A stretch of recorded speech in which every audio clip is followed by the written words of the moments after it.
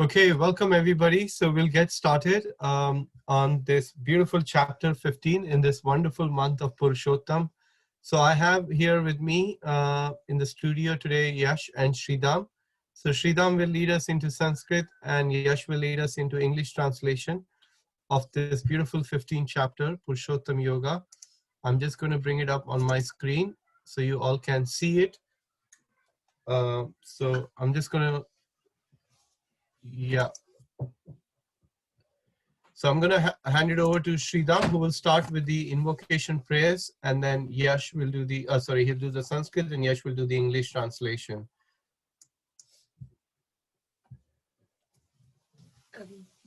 Shri Bhagavan Vacha Om Namo Bhagavate Vasudevaya Om Namo Bhagavate Vasudevaya Om Namo Bhagavate Vasudevaya Shri Bhagavan Vacha Urdhva Moolam Shaksham Ashvatam Prahuravyayam Chandam Shri Yasya Parnani Yastam Veda Savedabit. The Supreme Personality of Godhead said, "It is said that there is an imperishable banyan tree that has its roots upwards and it branches down, and whose leaves are the Vedic hymns. One who knows this tree is the knower of the Vedas." Adas Kordvam Prashtrita Tasya Sakha Gunas Paridha Vishaya Pravalaha Adascha Mulani Anustatani Karmanubandini Manushya Loke. The branches of this tree extend downward and upward, nourished by the three modes of material nature. The twigs are the objects of the senses. This tree also has roots going down, and these are bound to the fruitive actions of human society. Narupam Maseya Tatopalabayate Nanto Chaderna Sasama Prashtista Ashvatamenam Suvirudamulam Ashanga Sastena Dridena Chitpa Tatapadam Tat Paramrigatvayam Yashmin Gatana Nivartanti Bhuyaha Tameva Chadyam Purusham Prapadye Yata Pravriti Prashta Purani. The real form of this tree cannot be perceived in this world. No one can understand where it ends, where it begins, or where its foundation is. But with determination, one must cut down the strongly rooted tree with the weapon of detachment. Thereafter, one must seek that place from which, having gone, one never returns, and there surrender to that Supreme Personality of Godhead, from whom everything began and from whom everything has extended since time immemorial. Nirmana moha jita sanga dosha adhyatma nitya binvrita kamaha Nanver vimukta sukha dukkha samner gachanti amuda padam avyayam tat. Those who are free from false prestige, illusion, and false association, who understand the eternal, who are done with material lust, who are freed from the dualities of happiness and distress, and who, unbewildered, know how to surrender unto the Supreme Person, attain to that eternal kingdom. Natad bhashyate suryo nasha shanko napavakaha yadgatvana nivartante taddama paramam mama. That supreme abode of mine is not illumined by the sun or moon, nor by fire or electricity. Those who reach it never return to this material world. Mamevamso jivaloke jiva bhuta sanatanaha manasasthanindriyani prakriti-sthani karshati. The living entities in this conditional world are my eternal fragmental parts. Due to conditioned life, they are struggling very hard with the six senses, which include the mind. Shariram yad avapnoti yad chapi uktaram ishvaraha ritvaitani samyati vayurgamnan evashayat. The living entity in the material world carries his different conceptions of life, from one body to another as the air carries aromas. Thus he takes one kind of body and again quits it to take another. Shrotam chakshu sparshanam cha rashanam grananam cha adishtaya manaschayam vishayan upasevate. The living entity, thus taking another gross body, obtains a certain type of ear, eye, tongue, nose, and sense of touch, which are grouped about the mind. He thus enjoys a particular set of sense subjects. Uktramantam sitam vapi bunjanam vagunam vitam vimudananu pashyanti jnana chakshashaha. The foolish cannot understand how a living entity can quit his body, nor can they understand what sort of body he enjoys under the spell of the modes of nature. But one whose eyes are trained in knowledge could see all this. Yatam tam yoginas chenam pashyanti atmani avashtitam yatanyopi mano nainam pashyanti achetasaha. The endeavoring transcendentalists who are situated in self-realization can see all this clearly, but those whose minds are not developed and who are not situated in self-realization cannot see what is taking place, though they may try to. Yadadityakrtam tejo jagad vashyate kilam yachandram si chagno tat tejo vidimamakam. The splendor of the sun, which dissipates the darkness of this whole world, comes from me, and the splendor of the moon and the splendor of fire are also from me.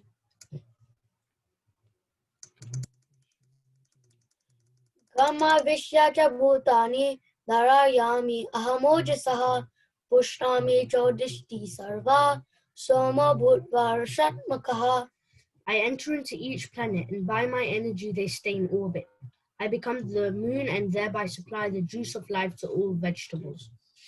Ham vishvanaro bhutva praninam dehamashritah pranapana samuyukta pachami anam chaturvidam.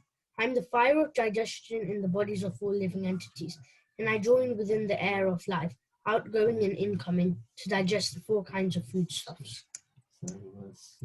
Sarvasya chaham ridisa nivishto mata smritirgyanam apoham cha vedescha sarvesh ahameva vedyo vedanta krit veda vireva chaham. I am seated in everyone's heart, and from me comes remembrance, knowledge, and forgetfulness.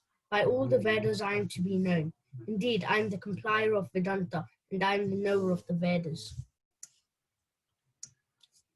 Davimo purusho loke sharas chakshara evacha shara sarvani bhutani kutastotsara uchyate. There are 2 classes of beings, the fallible and the infallible. In the material world, every living entity is fallible, and in the spiritual world, every living entity is infallible. Utama purashtanya parameti uddaditaha yolokatayam avishya vibharti avyaya ishvaraha. Besides these 2, there is the greatest living personality, the Supreme Soul, the imperishable Lord himself, who has entered the 3 worlds and is maintaining them. Yashmacharam atitoham aksharad apichotamaha atoshmi loke vedecha pratita purushottamaha. Because I am transcendental beyond both the fallible and the infallible, and because I am the greatest, I am celebrated both in the world and in the Vedas as that Supreme Person. Yomamevam ashamurdo janati purushottamam sa sarva vidbhajati mam sarva bhavena bharata. Whoever knows me as the Supreme Personality of Godhead without doubting is the knower of everything. He therefore engages himself in full devotional service to me, O son of Bharata.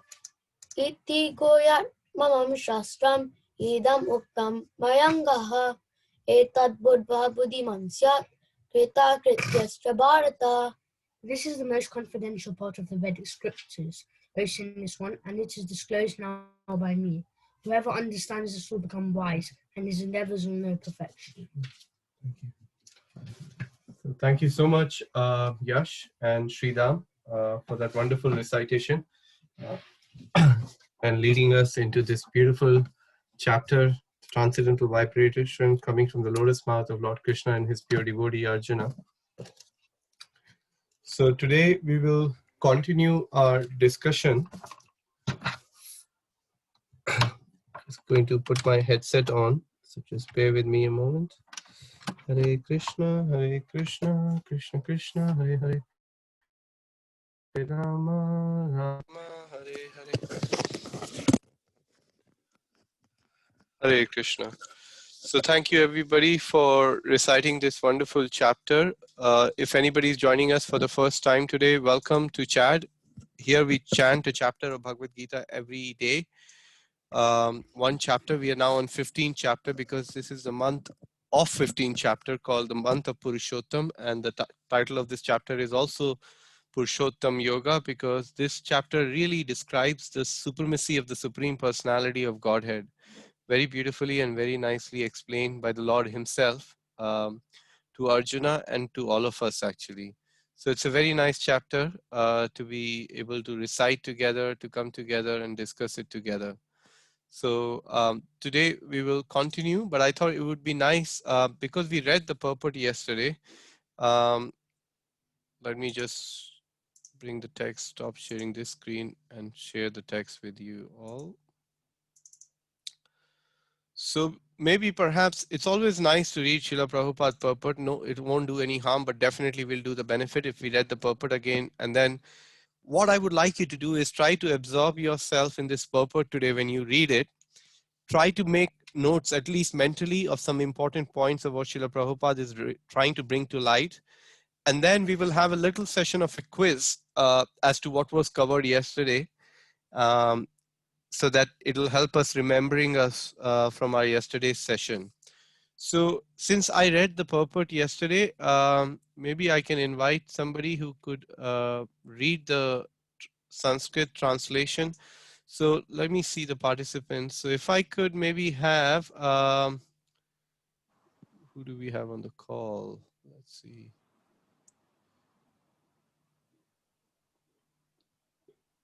Okay, so if I could maybe have Nitai Mata to do the translation and Sanskrit, and then the purport can be read between Rajesh Solanki Prabhu, and perhaps we can have, who else is there to read the purport?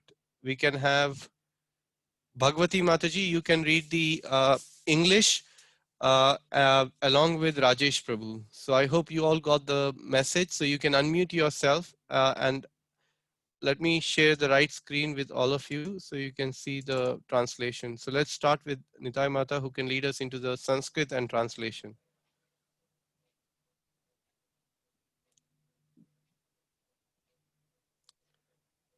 Nitai Mataji, are you able to unmute yourself? Hare Krishna Prabhu. Yeah, is it the one that is Okay, on the we screen? can I come didn't hear back to what. her. Okay. In the meanwhile, any Hare volunteers who would Krishna. like to read the Sanskrit and English? Hare Krishna Prabhu. Hare Krishna. Can I Hare read? Krishna Nitai Prabhu, I Mataji can is read. trying to speak. Mataji, have you unmuted yourself? Yes, Prabhu. Can you hear me? We can't hear you for some reason, Mataji. We'll come back to you. But in the meanwhile, is there anybody who would like to read the Sanskrit and the translation? Can I read that, Prabhu? please? Hare Krishna Prabhu, can I Hare read I it? think devotees are trying to speak, but I can't. Can you all hear me? Yes. Yes, we can Yeah, hear you, we can Prabhu. hear you. Yes, Prabhuji. We can hear everybody, Prabhuji. I think so even Nitai Mata we can We hear. can hear, yeah, we can hear her as well. I'm so sorry. There was something wrong at my end. I'm so sorry. Okay, Nitai Mataji, please go ahead. It was the volume of my headphones. Please go ahead. Okay. Sri Bhagavan Vacha. Uttamamula. Brahmanam Adha Shakam. If I could request others to mute yourself while Mataji is, so you can read it, recite it behind the muted mic. Sri Bhagavan Vacha. Tuamulam Adha Sakham. Aswatam Prahur Avevam Chanda Mamse Yasya Parnani Yastam Veda Saveda Ved. And then Prabhu? Translation, Mataji. Okay, thank you. The Supreme Personality of Godhead said, "It is said that there is an imperishable banyan tree that has its roots upward and its branches down, and whose leaves are the Vedic hymns. One who knows this tree is a knower of the Vedas." Thank you, Mataji. So, Prabhu and Mataji, please go ahead. Whoever wants to go first, read the half of the purport, and then we'll leave the rest half for the other devotee. Mataji, you Rajesh go Prabhu, first. do you want me You to go do- first? Okay. Yeah. Yep. Hare Krishna. Hare Krishna, Mataji. After the discussion of the importance of Bhakti Yoga, one may question, what about the Vedas? It is explained in this chapter that the purpose of Vedic study is to understand Krishna. Therefore, one who is in Krishna consciousness, who is engaged in devotional service, already knows the Vedas. The entanglement of this material world is compared here to a banyan tree. For one who is engaged in fruitive activities, there is no end to the banyan tree. He wanders from one branch to another, to another, to another. The tree of this material world has no end, and for one who is attached to this tree, there is no possibility of liberation. The Vedic hymns meant for elevating oneself are called the leaves of this tree. This tree's root grows upward because they begin from where Brahma is located, the topmost planet of this universe. If one can understand this indestructible tree of illusion, then one can get out of it. Thank you. Shall I You carry can on? read one more paragraph, yes, Mataji, and then Rajesh Prabhu can read. Okay. This process of extrication should be understood in the previous chapters. It has been explained that there are many processes by which to get out of the material entanglement.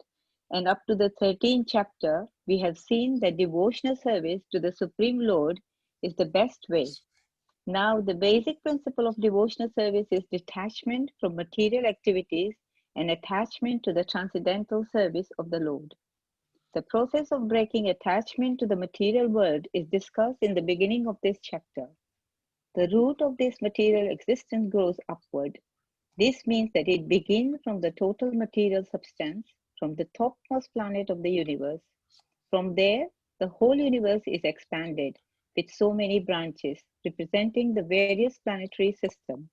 The fruits represent the results of the living entities' activities, namely religion, economic development, sense gratification, and liberation. Thank you, Mataji. Thank you. Now, Hare Krishna. Now there is no ready experience in the world of a tree situated with its branches down and roots upward, but there is such a thing. The tree can be found beside a reservoir of water. We can see that the trees on the bank reflect upon the water with their branches down and roots up. In other words, the tree of this material world is only a reflection of the real tree of the spiritual world. This reflection of the spiritual world is situated on desire, just as tree's reflection is situated on water. Desire is a cause of things being situated in this reflected material light. One who wants to get out of this material existence must know this tree thoroughly through analytical study. Then he can cut off his relationship with it. This tree, being the reflection of the real tree, is an exact replica. Everything is there in the spiritual world. The impersonalists take Brahman to be the root of this material tree, and the root, according to Sankhya philosophy, come Prakriti, Purusha, and then the three gunas, then the five gross elements, Panch Mahabhut, then 10 senses, the Sandriya, mind, etc. In this way, they divide up the whole material world into 24 elements. If Brahman is the center of all manifestations, then the material world is a manifestation of the center by 180 degrees. Another 180 degrees constitute the spiritual world. The material world is the perverted reflection, so the spiritual world must have the same variegatedness, but in reality, the Prakriti is the external energy of the Supreme Lord, and Purusha is the Supreme Lord himself, And that is explained in Bhagavad Gita. Since this manifestation is material, it is temporary. A reflection is temporary, for it's sometimes seen and sometimes not seen. But the origin from whence the reflection is reflected is eternal. The material reflection of the real tree has to be cut off. When it is said that a person knows the Vedas, it is assumed that he knows how to cut off attachment to this material world. If one knows that process, he actually knows the Vedas. One who is attracted by the ritualistic formulas of the Vedas is attracted by the beautiful green leaves of the tree. He does not exactly know the purpose of Vedas.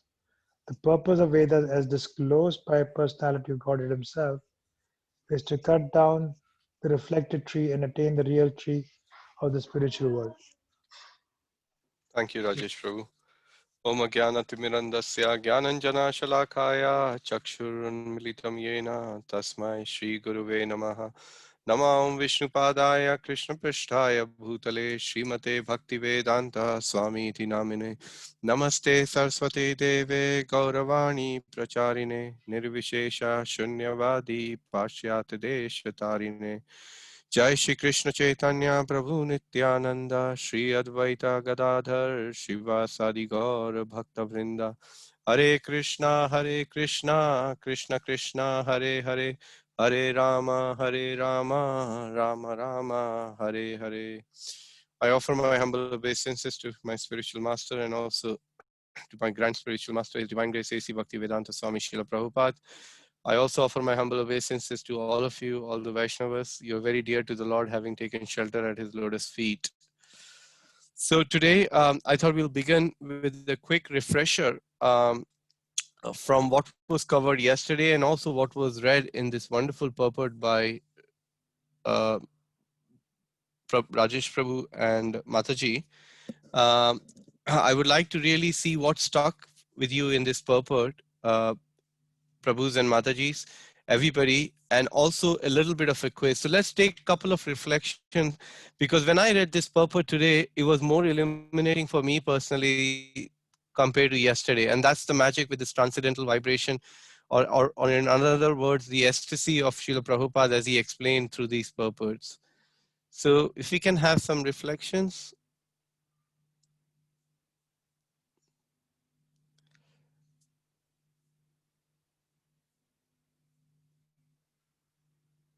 Anybody? I think it's the explaining the need for detachment with a metaphor of whatever it compares with. That's Like right. jumping from one tree to another, like jumping from one branch like a monkey. Correct. And it doesn't, yeah. Yeah, so that is correct. So the branches of the banyan tree are quite widespread and quite deep rooted. So what we understood yesterday when we were discussing is that widespread in the sense that the material energy is constantly expanding and there's no end to it. I mean, how far can you see the ocean? Of course, there are yojanas and you can calculate the miles and everything, but it is so vast and it's so much there. But Prabhupada enlightens us, although he mentions 180 degrees material and 180 spiritual world, but in real sense, it is explained that material world is only 1/4 of the complete, the other 3/4 is what spiritual world is. That's how big spiritual world is. So that's the wideness of the material world, but the deep rooted is in the sense that how much condition we are in this material world, that is explained through this verse. Krishna is trying to tell us that we saw the picture, I'll share again, that how much these roots are intertwined with each other, so deeply rooted, going very deep. For a banyan tree, for any tree to stand erectly for hundreds of years, as some of these banyan trees do, their foundation has to be very strong. So similarly, our foundation in this material world is so strong that it takes us a bit of a jerk by our spiritual master to shake us up and says, Jeev jago, Gaura Chandra bole. Time has come, O sleeping soul, wake up, take to this holy name of Krishna. The Lord Gauranga, Lord Nityananda is calling you, he's calling you to take part in this Sankirtan movement of Chaitanya Mahaprabhu and thereby perfect your life and benefit others actually.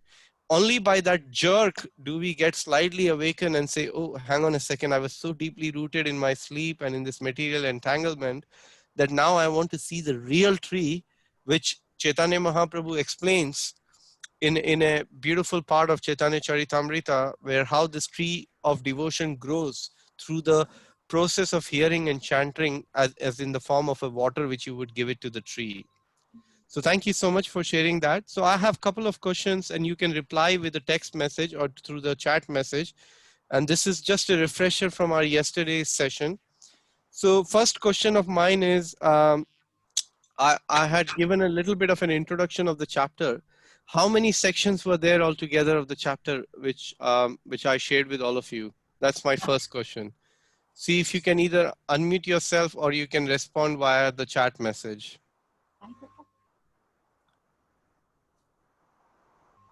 This, I divided the chapter in certain set 5. Oh wow, all of you got it. So P. Mehta Mataji got it right, Yashwini Mataji got it right, Nirmal Prabhu got it right, and Bhagwati Mataji got it right. Fantastic.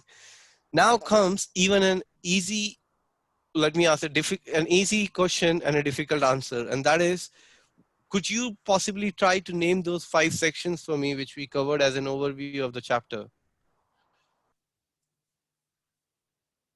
Let's see how many we can name. What was the first section from text 1 to text 5? What was it about?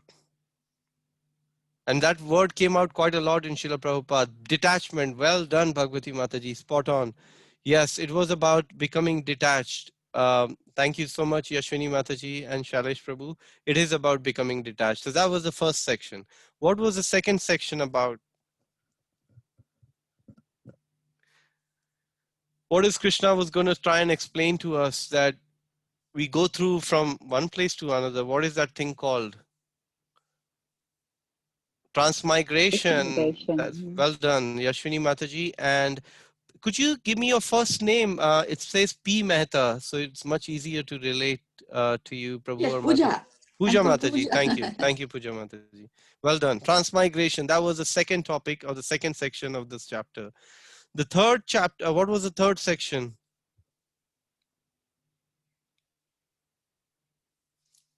It was to do with Krishna. Oh, well done, Shailesh Prabhu. Krishna's position as a maintainer. I know I circulated the PowerPoint yesterday, so I hope you're not, even if you're looking at the PowerPoint, it's fine. What was the fourth section then? Third was about Krishna being our maintainer. And the fourth section was? It was in relation to the Vedas. So the summary of the Vedas will be given in the fourth section. And the final section was a section where we get to know in those 2 verses how knowing Krishna means knowing everything. That will culminate the yoga or the Purushottam Yoga chapter very, very nicely.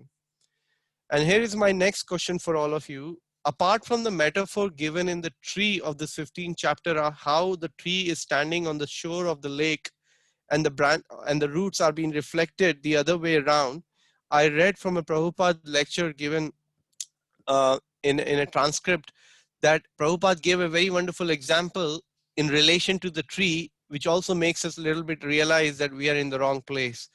Does anybody recall what that example was from yesterday's session?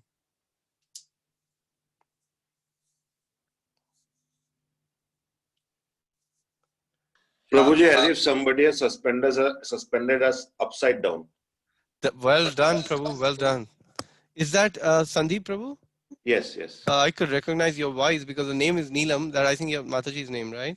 Yes, I'm using her. Okay. All right. Yeah, that's spot on. So Prabhupada gives a lecture and he says, just imagine if somebody takes you by your legs and turns you around, how would you feel? You would feel very, very uncomfortable. And Prabhupada said, welcome to the material world. That was Prabhupada's point. He said that's exactly what Krishna is trying to tell us in this tree, that in the sea, we can see in the lake that the tea is being reflected. It's a pervaded reflection of that tree actually.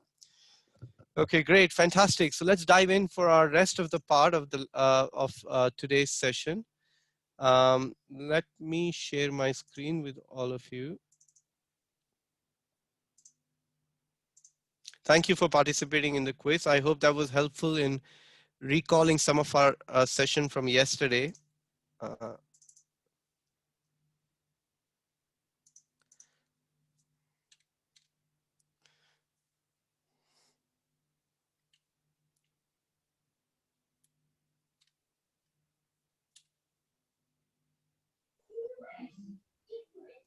if I could request, let me mute everybody so we can have, okay, great. All right.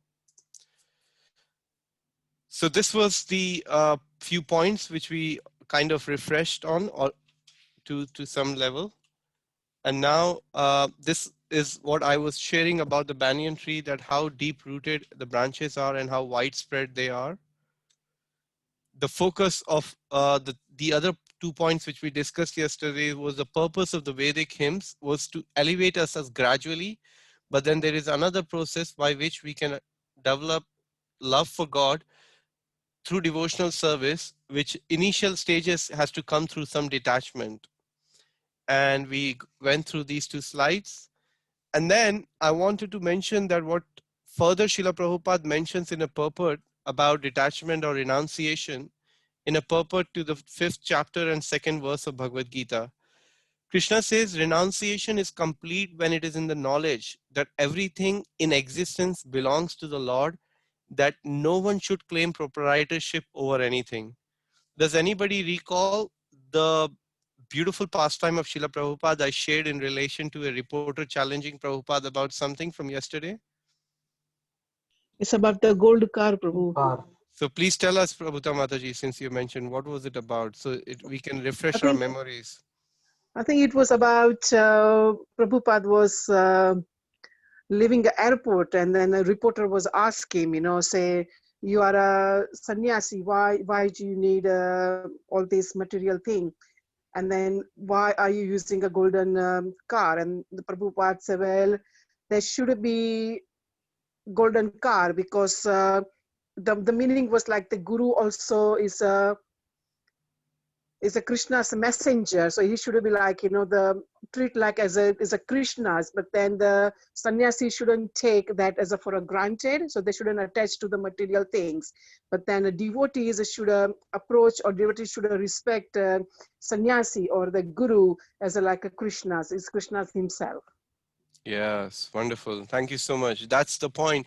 Prabhupada was always looking for opportunity to use every single possible thing from this material energy in the service of the Lord. To the point he would even always encourage to the people who to come and join the movement. One time, one parent got very upset with Prabhupada for his disciple being joining the movement, and he went to Prabhupada and said, my son is only 20 years old. Why he's shaved his head, he's moved in, he's wasting his entire life. What are you doing with my son? I request you leave him right now. This is not his age. It is the reading of the Gita. This was in India. The reading of the Bhagavad Gita, the Bhagavatam is done when you grow up, when you're old. So look at Prabhupada's sense of humor. Prabhupada turned around and said to this gentleman, he said, yes, thank you. I'm happy for you to take your son. But instead, you join us and let your son go home. And in the next few minutes, the father was nowhere to be seen because he was trying to challenge Prabhupada that this is not the age, and he was of the right age. So Prabhupada said, you move in, your son moves out. But he left. So there were many occasions like this where, Prabhupada would encourage with his sense of humor, many people to join this movement and use their wealth for progressing in Krishna consciousness.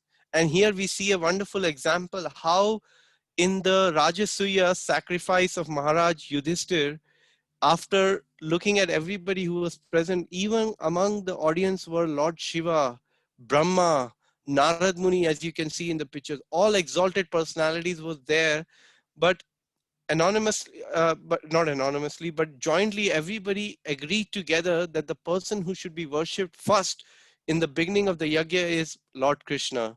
And you see everything, all paraphernalia, everything is being used in the service of the Lord. And now let me share a beautiful example with all of you, ladies and gentlemen. Look at this, the beauty of the Lord. Now, Lord is seated in this beautiful asan, completely happy and blissful, and very happy that his devotees are worshipping him. But is Lord attached to that worship? Is he proud that he's being worshipped? And let me share you another example which completely takes this 180 degree to another level of a transcendental platform, and see how the Lord does this. Now look at this picture. What is happening here? In this picture, he's being worshipped by all the exalted personalities of the world. But the moment later, in a beautiful pastime where Sudama visits the beautiful palace of Krishna, what has happened? The table has turned around. Who's seated on the beautiful throne? Sudama, Sudama is seated. And who's washing the feet?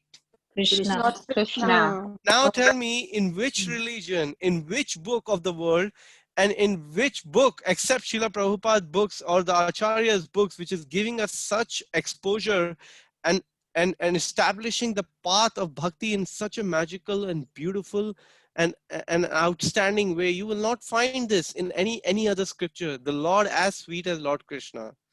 One who's not envious, but who's a kind friend to all living entities, who does not think himself as a proprietor, who's free from false ego and equal to both in happiness and distress, who's always satisfied and engaged in devotional service with determination, and whose mind and intelligence are in agreement with me, is very dear to me. This is from the Bhagavad Gita 12.13 and 14 translation. Look what Krishna is doing. He was not at all proud of what was happening to him. He was just very happy giving the opportunity for his devotees to worship him. But does Krishna, he doesn't want to lose an opportunity to worship his devotee in the next moment.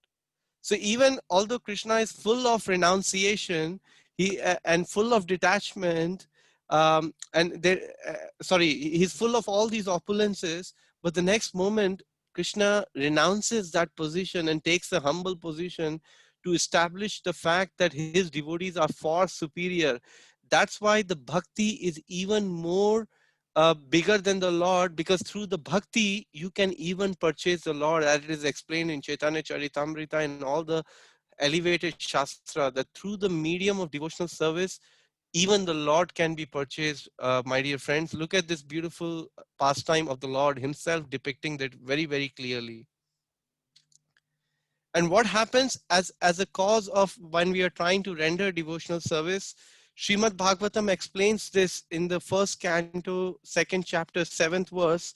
Vasudeva Bhagavati Bhakti Yoga Prayojita Jnana Ati Asu Vairagyam Jnanam Chatam Ahitukam. That by rendering devotional service unto the personality of Godhead, Sri Krishna, one immediately acquires causeless knowledge and detachment from the world. We as a practicing sadhakas, having come in the line of Sri Chaitanya Mahaprabhu or in the line of Rupanugas, following the path of Rupa Goswami, we have the biggest benediction of performing devotional service and not working towards detachment exclusively. Why? Because Bhagavatam is telling, when you take or tread the path of the bhakti, knowledge and detachment comes naturally to you. And you will see this culmination in the 18th chapter of Bhagavad Gita. You will hear this message from Krishna. You will hear this message in Bhagavatam in so many places actually. So this is only possible when we take to the pure devotional service of the Lord, and we will naturally acquire this process of, knowledge and detachment.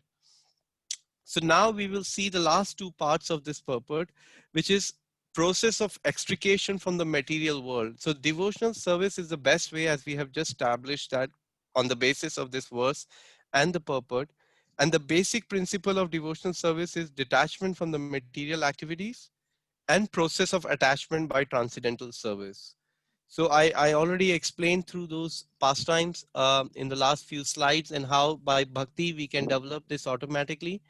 But the performance of bhakti also can be done in two ways. One is the direct way, which is called the elevator way, where you can directly go to the process, take to the devotional service and take a fast track program of heading towards Golok Vrindavan.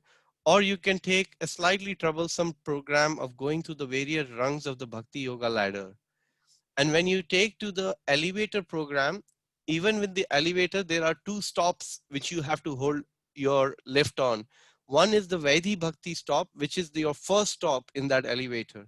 So when you get into the elevator, you're committing yourself, You're signing on a piece of paper that, my dear Srila Prabhupada, my dear Sri Chaitanya Mahaprabhu, and all the previous acharyas, today I sign on this piece of paper that I really want to get rid of everything to do with this material world and have complete attachment to your lotus feet one day.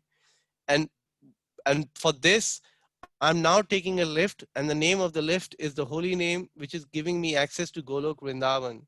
Through the process of the holy name, I'm now getting into this elevator, and the first stop of that elevator is Vaidhi Bhakti, where I'm going to meet my spiritual master, who's going to initiate me in the Harinam Mahamantra, tell me what the 4 regulative principles are so I can follow them. And I can also then try to avoid the offenses while I'm chanting the holy name. And that is my first stop of the Vaidhi Bhakti. That carries on for many, many years, sometimes many, many lifetimes, Prabhus and Matajis. And then finally you come to the stop just before Golok Vrindavan, which is called Raghunuga stop, where you open the doors of your lift and then you see another devotee who you are following as your spiritual master, or somebody is very much there, and now you want to follow in their mood, like the gopis of the Vrindavan, which is called the Raghunuga Bhakti. And then the lift closes, and with the shelter and the help of the spiritual master and the devotees who are already following in the path of the Golok Vrindavan devotees, you finally land on your hands in the devotees of the Lord, who then help you engage in the service of the Lord, and eventually you're able to see the Lord. So that's the process of taking the elevator process. So I leave it for all of us to decide which process we want to take. And finally, we see that in chapter 15, it refutes the impersonalism which says that the spiritual world consists of undifferentiated Brahman only. As we read, the upside down tree indicates that it is a reflection on the bank of the river. This indicates the presence of a real tree, which is the spiritual world. As Rajesh Prabhu read the last part of the purport, which clearly explained that this tree is also exist, but in a vast quantity of its quality, which are factual. But in the material world, it is temporary, that tree, and it's widespread. And the reflection is a replica of the original tree, which implies the material world is a replica of the spiritual world. Like how we have heard Vrindavan Dham near Mathura, about 90, 80, 90 miles away from Delhi, is the replica of the same Golok Vrindavan Dham in the spiritual world. So this shows that our spiritual world is full of variety and not just the undifferentiated Brahman. Brahman, although it's the center of all the manifestation, but this material world is a manifestation of that center by 180 degree, as Prabhupada said, and the other 180 degree constitute the spiritual world. And finally, what it means to know the Vedas, it means that one knows how to cut off the attachment to the Vedas.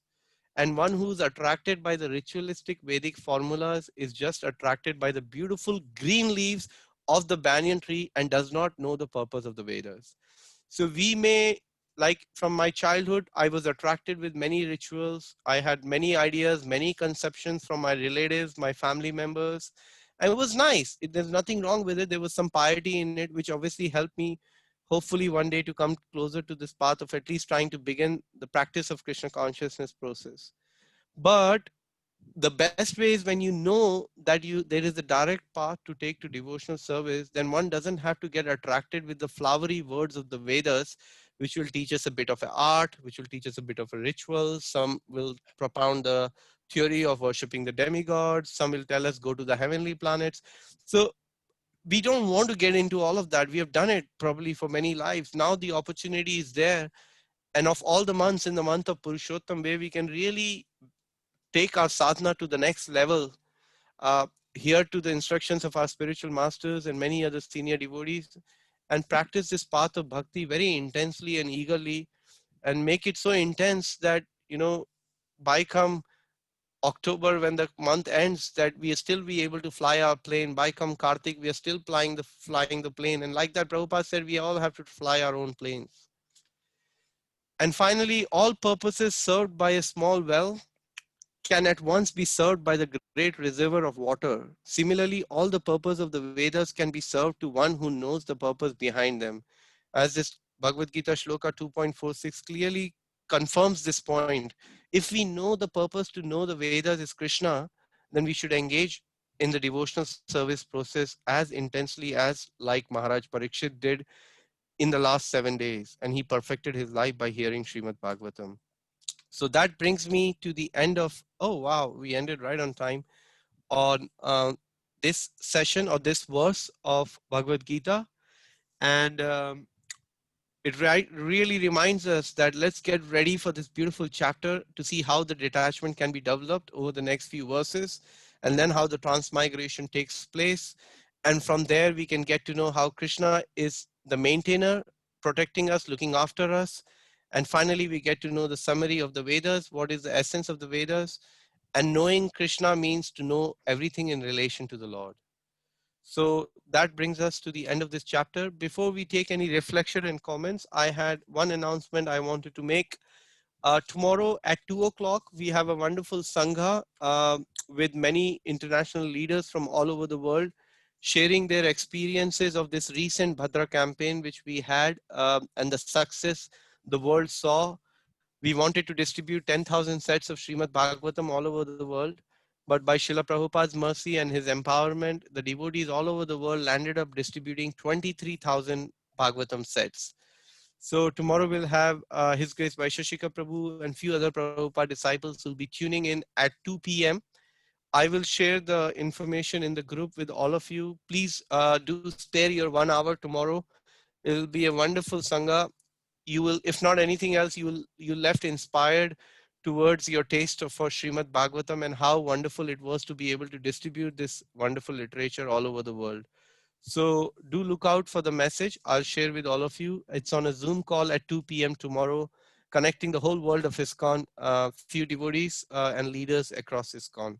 So now we will go back to our reflection or any comments or questions from this section from today.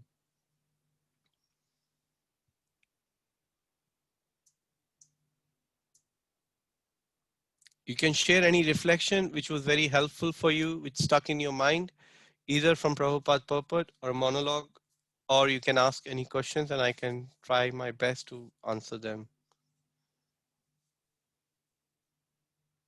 And we also have bhajan this evening. It's a Saturday evening. Sorry, I forgot to mention before you leave. We will be reciting the Chaura Ashtakam, which is the recommended Ashtakam in this month. Since Hema Mataji had shared with me and I shared that video with all of you, I requested her to recite that bhajan. But if anybody wants to recite that bhajan on next Saturday, then do let me know. That will be wonderful. So please stay back for that. In the next 10 minutes, we will start the bhajan and sing it together behind the muted mics. In the meanwhile, please share something, reflect back with something which stuck in your mind, anything which was helpful. Prabhuji? Hare Krishna, Prabhuji. Hare Krishna, Puja Mataji. Oh, hello there. Yes, I didn't sorry. understand one thing. Yes, go ahead, Mataji. Yeah, it says the roots grow upwards, but this the origin is from the Brahmalok, from the highest planet. Yes. I may be mistaken. I don't know. So where did you see? Sorry, what was your comment, Mataji? It says the roots grow upwards.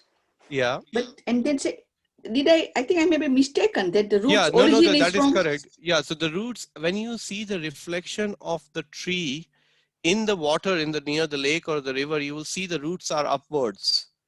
So yes. What it's trying to say is that's the position of the material world. Our roots are in the spiritual world. They don't belong here because we are Jivera Sarup Hoy Krishnera Nitya Das. You know, we are hung here in a 360 degree, like in an ulta position, which is a very uncomfortable position for us. So Prabhupada is trying to explain with that metaphor.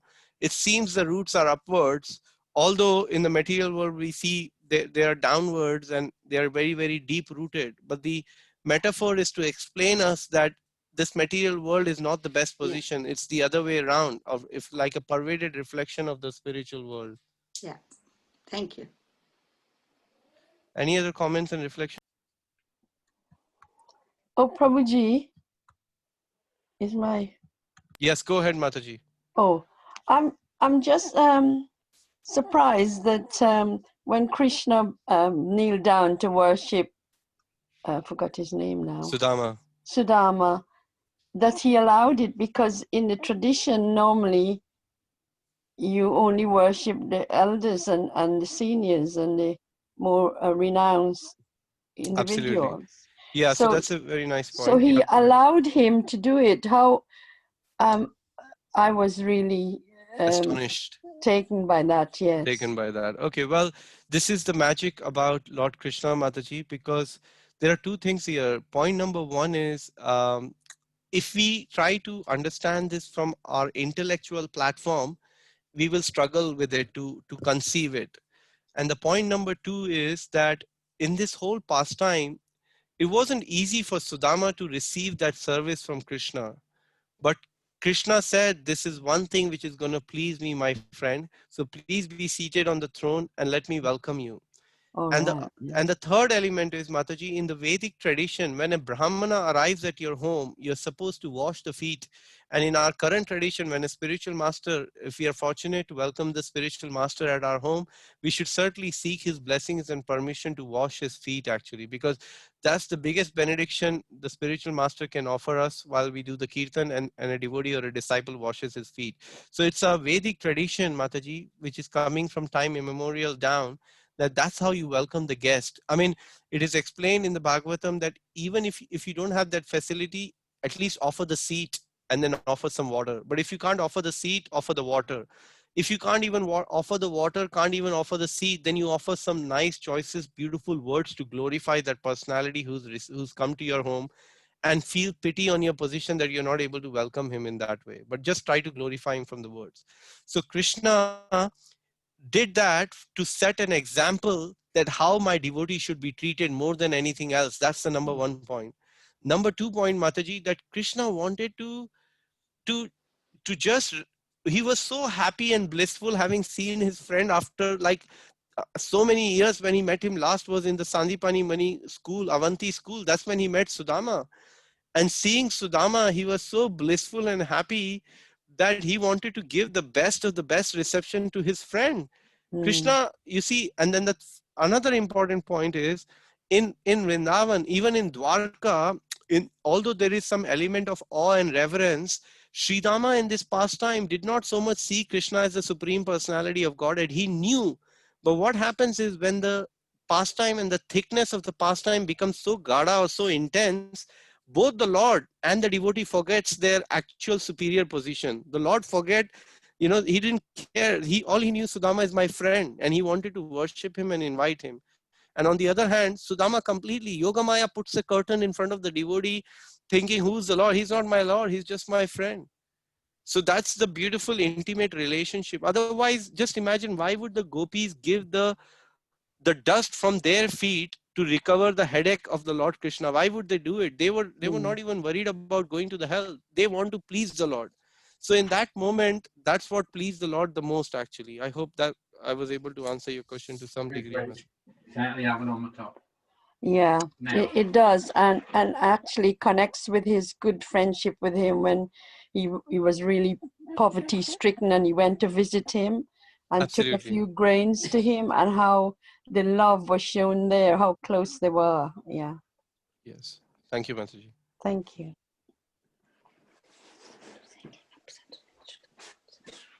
Any other comments or reflections?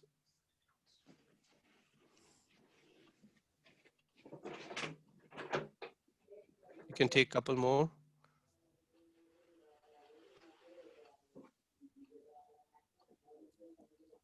Hare Krishna, Hare Krishna, Krishna Krishna, Hare. Anything which stuck in your mind?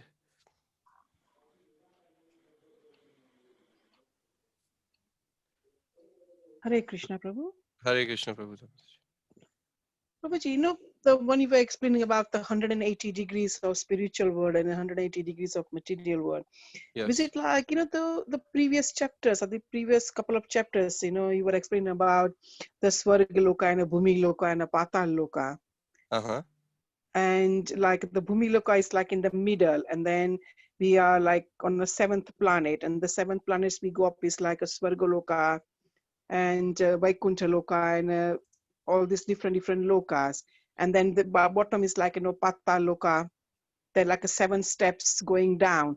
Is this what, it was trying to explain? I don't think, no, I don't, I'm not entirely sure if it that. So it says Brahman is the center of all the manifestation, and this material world is the manifestation of the center by 180 degree, and the 180 degree constitute the spiritual world. I think you could be, because we are situated right in the middle of the creation in the sense of the planetary systems, and Earth planet comes right in the middle. So it could be, but again, my point would be, the other 180 degree above the earth is not completely spiritual world. There are all still material planets all the way to the Brahmalok, and only beyond that is the spiritual world. Spiritual. I'm not sure if anybody else like to shed some light on this point. Would like to welcome anybody's else views on this.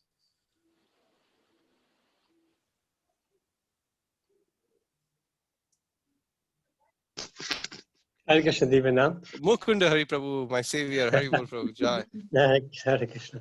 So yes, what you said is quite right. The 180 degrees doesn't refer to the material planets. The 7 above, 7 below, that's different. That's all material. But yes, because the material world starts from the Brahmaloka, and Brahmaloka is actually where the root of the material world is. That's why it's on the top. So that's where it starts. Like you quite rightly said, that the spiritual world, and then it's the material world starts from the Brahmaloka, and that is where the roots are. So that's why roots are the tomb. Wonderful. I hope it makes sense. That makes sense. Thank you, Mukunda. Hi, Prabhuta Mataji. I hope that was helpful. Yeah, very much, Prabhu. Thank you very much. Thank you, Mukunda Prabhu. Thank you, Mukunda Prabhu. Okay, I will take one last question here, which is from Chandni Mataji, who's saying, would you be able to advise the best way we could meditate? So Mataji, amongst the many meditations, the easiest and the best way of meditation, Srila Prabhupada has recommended and Chaitanya Mahaprabhu has recommended, is actually trying to hear the chanting of the holy name. When we are chanting, Hare Krishna, Krishna Krishna, Hare Hare, Hare Rama, Rama Rama, Hare Hare. That is the best way of meditating, because Prabhupada says we should chant the name loudly enough so that we are able to hear clearly. Our pronunciation should be very, very clear. And so that is the best meditation, because the holy name is very personal. It has an identity behind it, in the sense it's non-different to Krishna. So the object of your meditation is the best object you can ever imagine in the world. Like the yogis meditates on the super soul in the heart. Some meditates on the light. There are different forms, objects of meditation, but we as a practicing devotee take the holy name as the main form of our meditation. And sometimes it is even helpful when you can take a mantra card and write it in front of you, and keep it on a place where you're chanting. And you can keep looking at the mantra as you're chanting the Maha Mantra, Hare Krishna, Krishna Krishna, Hare Hare, Hare Rama, Rama Rama, Hare Hare. Or you can keep looking at the deities or the pictures of the lordships which are there in your home, like Radha Gokulananda, Sita Ram, Lakshman, Hanuman. So that would be my advice as far as the meditation is concerned, that you try to chant the Hare Krishna Maha Mantra. That's the best way of meditating on the Lord, on everything for that matter, because through this Maha Mantra, everything will be revealed over the course of time, actually. I hope that was helpful, Chandni Mataji. Thank you. Thank you for tuning in. If you have more questions, you can message here, and then I can help and try to reply them later on. So now we would like to go straight into chanting our Ashtakam, which is called the Chora Ashtakam, recommended Ashtakam for this month of Purushottam. And this is the Ashtakam. So maybe we can request any devotee would like to read. Maybe each devotee can unmute. Whoever can unmute first can go with the first translation of this Ashtakam. And like that, we can have one devotee reading one translation, and then we'll come back to Hema Mataji, who can sing the Ashtakam. Hare Krishna Prabhu. Hare Krishna Prabhu. Yes, go ahead, Mataji. Can I start this thing? Yes. I offer my respectful obeisances to that foremost of thieves, who is famous in Braja as the butter thief, and he who steals the gopis' clothes, and who, for those who take shelter of him, steals the sins which have accrued over many lifetimes. Hare Krishna. Hare Krishna. Can I read the second one, yes, please? Go ahead, Mataji. I offer my respectful obeisances to the foremost of thieves, who steals Srimati Radhika's heart, who steals the dark luster of a fresh rain cloud, and who steals all the sins and sufferings of those who take shelter of his feet. Thank you. Thank you. Can I read, Prabhuji? Please go ahead, Mataji. He turns his surrendered devotees into paupers and wandering homeless beggar. Alas, such a fearsome thief has never been seen or heard of in all the three worlds. Can I read one, Prabhu? Please go ahead. Text gone. Mere utterness of his name purges one of mountains of sin. Such an astonishingly wonderful thief I have never seen or heard of anywhere.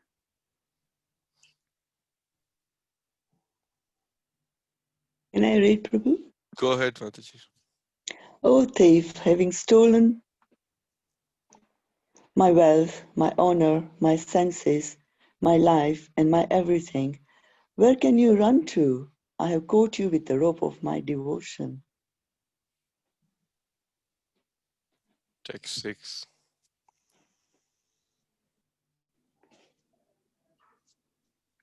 Can I read, Prabhuji? Yeah, go ahead, Puja. You cut the terrible noose of Yamaraja. You sever the dreaded noose of the material existence, and you slash everyone's material bondage, but you are unable to cut the knot fastened by your own loving devotee.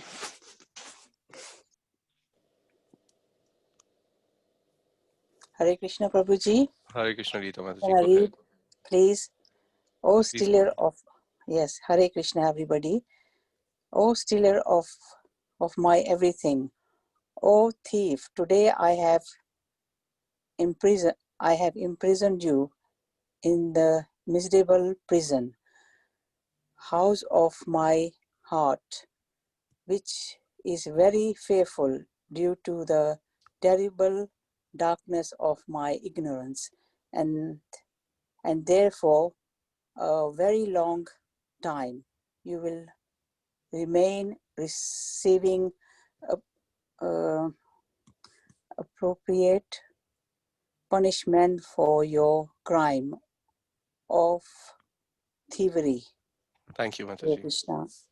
Hare Krishna, Prabhu. Can I read this 8th verse? Yes, go ahead, Mataji.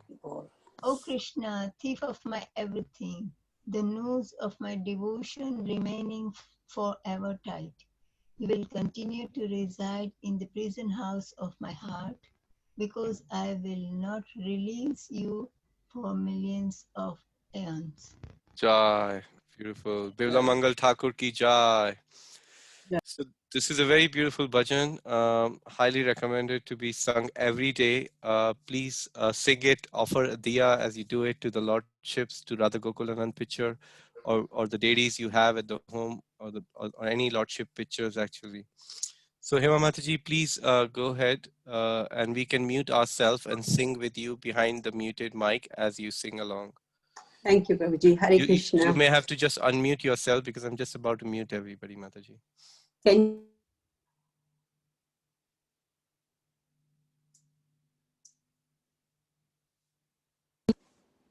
Hare Krishna. Hare Krishna. Praje prasidam navanita choram gopagananam chadukla choram anek janma jit papa choram choragraganyam purusham namami Shri Radhikaya Hridayasya Choram Navam Shyamal Kanti Choram Padashritanam Cha Samasta Choram Choragraganyam Purusham Namami Akinchani Kritya Padashritam Ya Karoti Vikshum Patige Halinam Kenapiyaho Vishana Choradri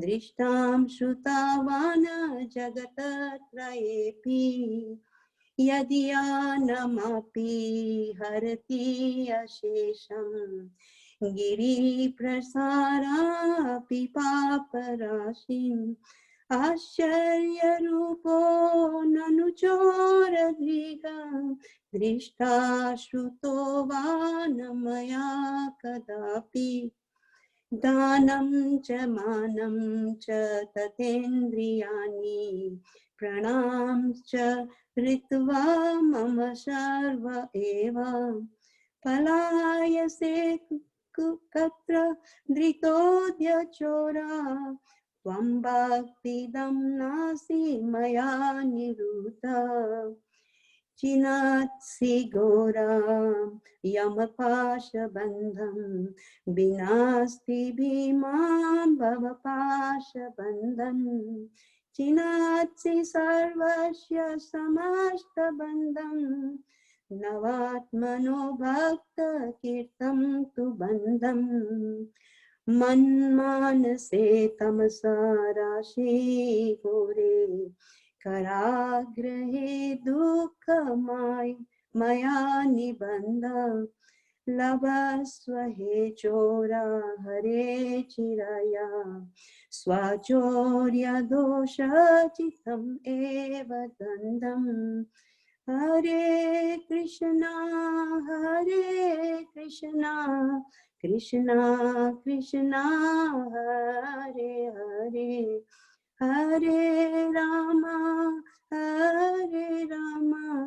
Ram Ram Hare Hare कराग्रहे वास सदा हृदय मध्ये मद्भक्ति पशाद्रि बन्धन निश्चल सन् त्वं कृष्ण हे प्रलयो कोटि संततरेऽपि सर्वस्व चोरा हृदयान्न हि माचयामि.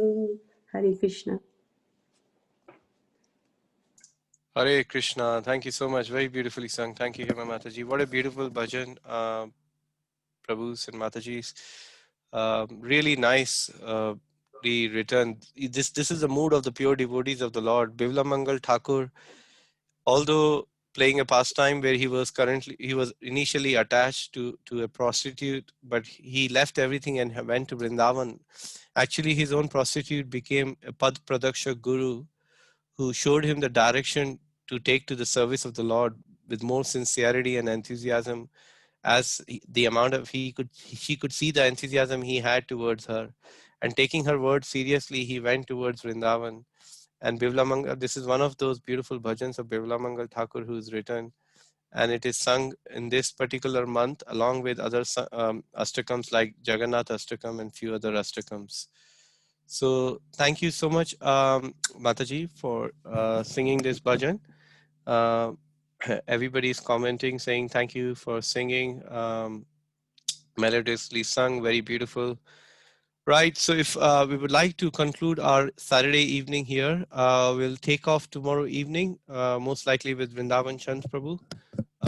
Thank you everybody for joining us over the last 2 days of beginning this chapter of the 15th chapter Purushottam Yoga.